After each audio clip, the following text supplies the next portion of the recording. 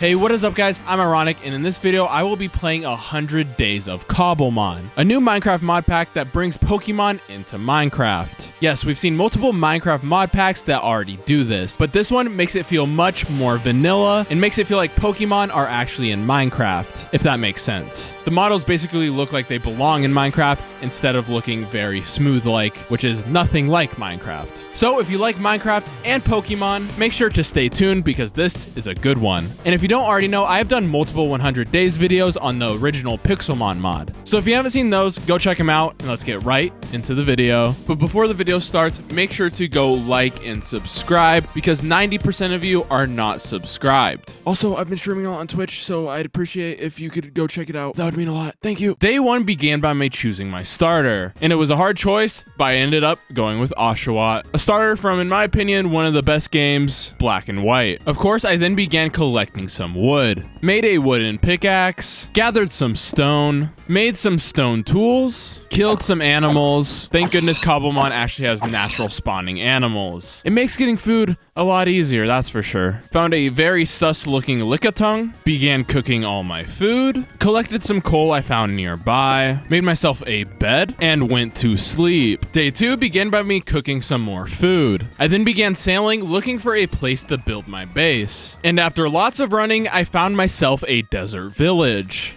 And I stole one of their beds to go to sleep. Day 3, I stole all the hay bales inside the village. And after lots of running, I found the place I was going to build my base. But in order to start building the base, I needed to do some terraforming. And I did this for the entire day. Day 4 began by me doing a little bit of mining. And once I was done, I used all the iron I collected to continue terraforming. And for the next few days, all I did was terraform, breaking down lots and lots of little mountains around the area and building up a big mountain that I was going to build the base on top of. And by day 9, most of the terraforming was all done and it was looking good. Day 10 was spent gathering lots and lots of oak wood and building up a ladder to the top of the mountain.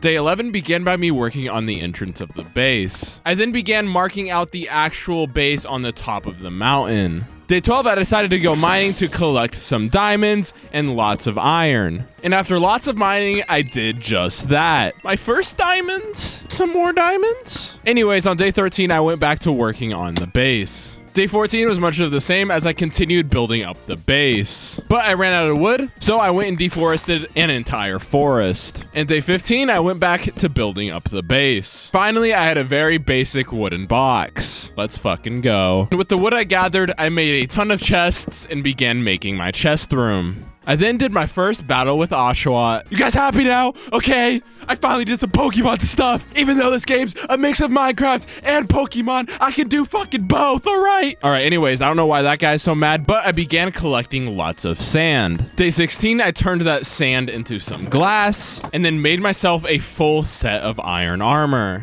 I then went back to mining. Diamonds! Oh my God, diamonds! Anyways, after mining, I arrived home on day 18. I made myself some furnaces and put them in the base and used them to begin smelting all the ores I collected while mining. I then began collecting lots of cobblestone. And finally, I made myself some Poke Healers. Thank goodness these are a lot easier to make than normal Pixelmon. Day 19, I spent the entire day training up Oshawott. Now that I had Poke Healers, it didn't matter if Oshawott fainted. And I ended up getting him to level 15. Day 20, I began working on the roof of the base. And once I ran out of cobblestone, I began moving all my stuff from the bottom up to the top where my chest room was. Day 21, I collected some cobble and went back to building the roof. Day 22 was the exact same as I went down to collect even more cobble and then yet again went back to building the roof of the base. And by the end of the day, it was pretty close to being done. And finally, on day 23, it was all done. And it was looking good, and I'll definitely be able to find my base from a long ways away, because that thing tall. Day 24, I found a yellow apricorn tree and a black apricorn tree. So I sat around here and continued to gather lots of them, while also trying to get some seeds from them, so I could plant them by my base. And I'm not gonna lie, it was pretty fun just gathering all these apricorns because there was a 10% chance to get a seed, so it was like feeding into my gambling addiction. Am I gonna get it?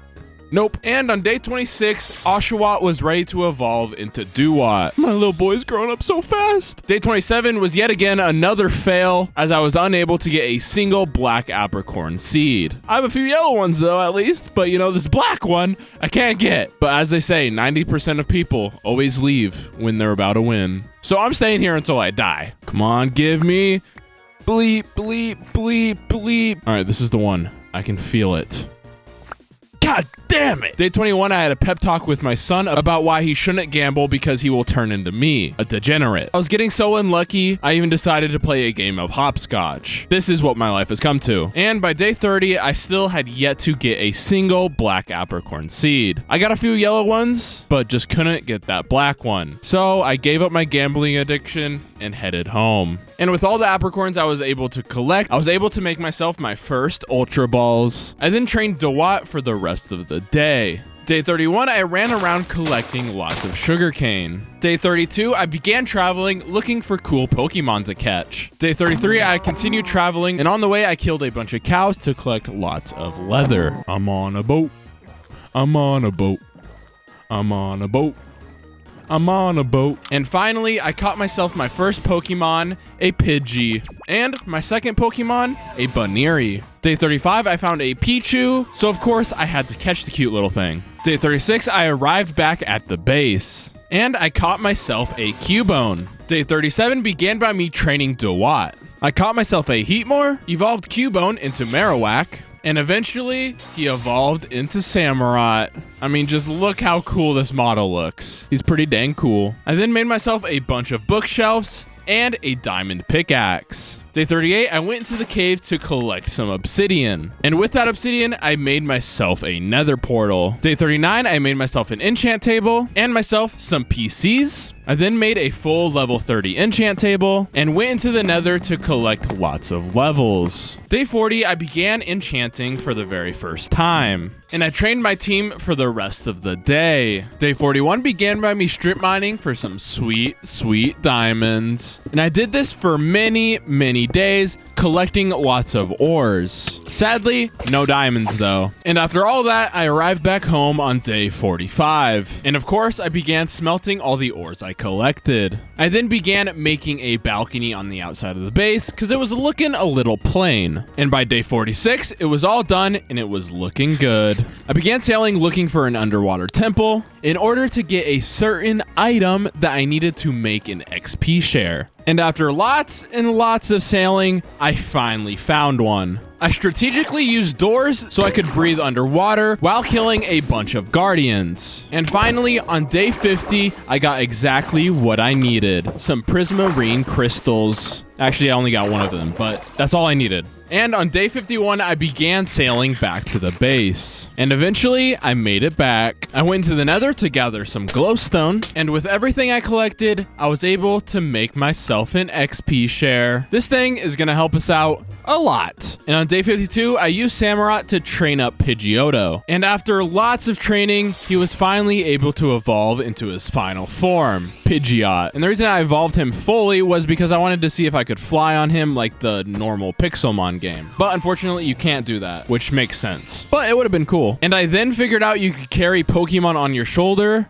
So of course I threw Pichu on it, and just look how cute that thing is. Day 54, I caught a Maractus, a Dwebble, a Sandscrew, the GOAT himself, Kevin Durant, and many, many more. Basically everything that just spawned in the mesa I caught. And I spent the rest of the day training. Day 55, I added some new people to my team, like this cute little Magikarp who was already ready to evolve. So I evolved him, and just look how cool that Gyarados looks. And once again, I ran around the mesa training up Samurott for the rest of the day. Day 56, I made myself an anvil and used it to make ultimate pickaxe. I then put the XP on this little fucker and went back to my gambling days waiting to get a black apricorn seed. I also caught a Ditto while I waited. Day 57, I spent the whole day training, which made me evolve Zubat into Golbat, who looks very weird. This is the one, this is the one. Let's go! Let's go! Day 58, I began collecting a lot of dirt and used it to plant my first apricorn trees. This is gonna help me a lot. Like, a lot. Day 59, I went mining yet again. And while mining, I found the amethyst room thing. I don't know what it's called. The crystal thingy, you know, the meth lab. I don't know. You can call it whatever you want. But in there, I found a rat-ta-ta-ta-ta-ta-ta-ta on one of the amethyst blocks. So, of course, I had to catch it. I mean, that's gotta be a rare breed of rat-ta-ta-ta-ta. And on day 60, I began strip mining, but this time on a lower level to hopefully get more diamonds. Oh my god, diamonds! More diamonds! So many diamonds! And by the end of the day, I collected a total of 12 diamonds. Day 62, I did the first harvest of my black apricorn tree. And of course, I got a seed the first try. That's how it always goes, isn't it? I collected dirt the rest of the day. Day 63, I began collecting a lot of wood because coal is very hard to get. So I wanted to use all this wood to make a bunch of charcoal. And that's exactly what I began doing. Day 64, I went back into the nether and got greeted by a ghast, which ended up taking out my nether portal. But thankfully, he was a nice guy and put it back up. I went to a nearby nether fortress and began collecting lots of blaze rods. After almost dying a couple times, I headed back home. Day 65, I made an armor stand and as much diamond armor as I could, which was only 2 pieces. But hey, we're getting there. And since I didn't have enough diamonds, I yet again went down in the mines and began strip mining. And after lots and lots of mining, I was able to find so many diamonds, I could definitely steal all your girls. But luckily for you, I'm into men. That's okay. Oh, that's such a stupid joke. God, I'm so lonely.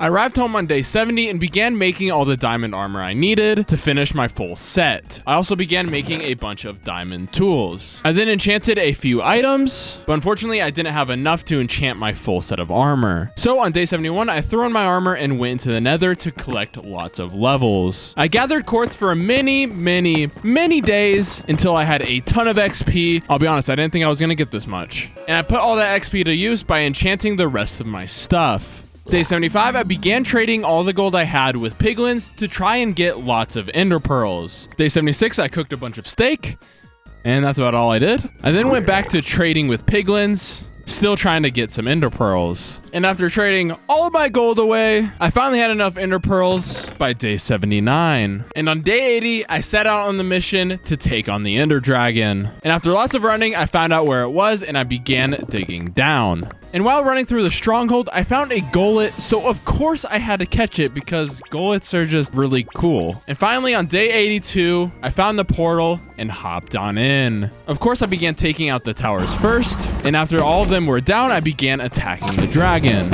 And eventually, I ended up defeating it. Like I always say, the ender dragon's honestly pretty easy to take out. And don't worry, I grabbed the egg. I'll be honest, sometimes I do forget it. And on day 83, I went on a mission to find an end city. And of course, I had to build lots of these sketchy bridges. If I just slightly mess up, I'm dead. And unfortunately, Arceus does not like me because I swear he pushed me, okay?